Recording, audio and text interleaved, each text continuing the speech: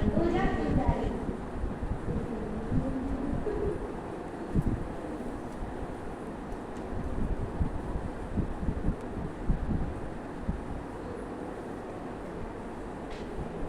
Good afternoon, everyone. Today I would like to present the book titled The Tale of Three Warriors. Koti Chennaya by Bannanje Babu Amin, translated by Shankar Narayan Roja Pujari. The story brings to the life one of the most powerful folk legends of coastal Karnataka, rooted in oral tradition. The story follows the inspired journey of two brothers, Koti and Chennaya, who raised from the hardship to challenges, injustice, and oppression. Their strong bond, courage, and sacrifice made them powerful, symbolize and resistance, turning the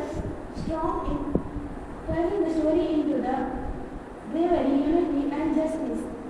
Bannanje Babu Amin is a productive writer, journalist, a public speaker, Yakshagana artist, and a social activist.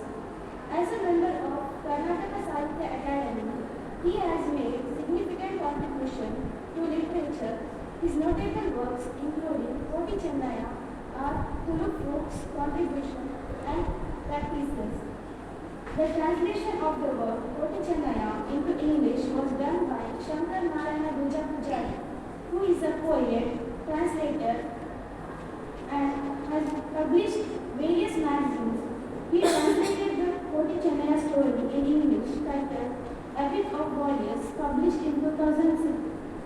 In 17th century, in Padumale, where Padumale Balla wanted to build a grand palace that would be remembered forever, he chose a talented man, Malaya, to build it.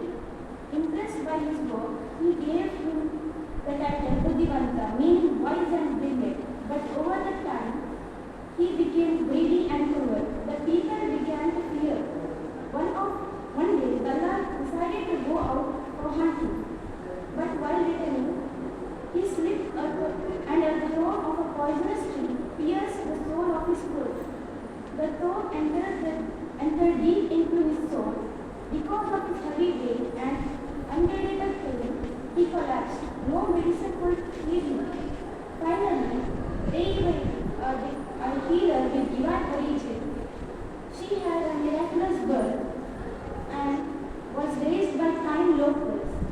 With blessings of a deity Nagabrahma, she cured the king's wound. In Padumali Manor house, there was celebration. Balla was on cloud nine. Balla gifted Devi and advised to stay her in Manor house as she was in advanced pregnancy, and promised that if she gave birth to the male child, he would give him one division of Kamba field, and if she gave birth to the female child, he shall provide her protection in the manor house. Whether her child is male or female, if he or she asks anything from the manor house, he shall readily give it. Banara ensured Devi by saying this. Later, a grand pregnancy ceremony was arranged. When Devi was about to eat, she experienced labor pain. Bandana instructed Bombaya to make the necessary arrangement for her delivery. In the manor house, the Lady Balla came forward to take care of the baby. She gave birth to the identical twins. The boys invented the sparkle of sun and moon. Bandana performed the birth rituals for the twins. He organized the naming ceremony in the presence of all the citizens of Padumali. He gave the names to the babies. For the firstborn, he gave the name Koti, invoking the god Koteshwara, and for the nextborn, Chennaya, remembering the god Chennakeshwara. Unfortunately, they died the next day, and the king took care of the boys. Koti and Chennaya grew up in strong, kind, and respected. But Buddhivanta became jealous and tricked the queen into sending them away. The boys were raised by the Vaidya community and trained them archery and martial arts. As days passed by, Koti and Chennaya grew up in harmony and happiness under the care of their uncle Sayanta Vaidya. One day, Koti and Chennaya saw the nephews of Buddhivanta playing with the village children. in the distance. They too wanted to play, but the nephews of minister ignored them. A fight over a game made Buddhivanta's nephews stand against injustice. Eventually, Chennaya killed Buddhivanta, freeing the people from his cruelty and becoming the true hero. Later they were called to the manor house, but Chennaya Chennaya asked the king to fulfill the promise they had made to their mother. But Ballaya refused. Hearing this, Koti and Chennaya decided to leave Kadumane for good. With faith in their deity, they crossed the river and met their sisters and prayed at their ancestral temple. They turned dry lands into green fields and become beloved leaders to the locals. A fight over a hunted boar led to the war with Punjab. Chennaya killed the evil minister Chandagiri and Koti defeated the kings Kemaragalas.